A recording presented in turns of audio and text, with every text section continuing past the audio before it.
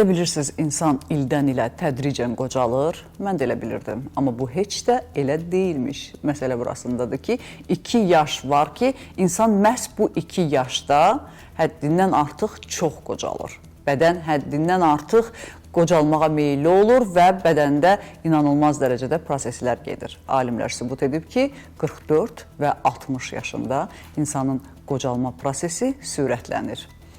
Görək nə məsələdir. Sponsor Saf Hospital.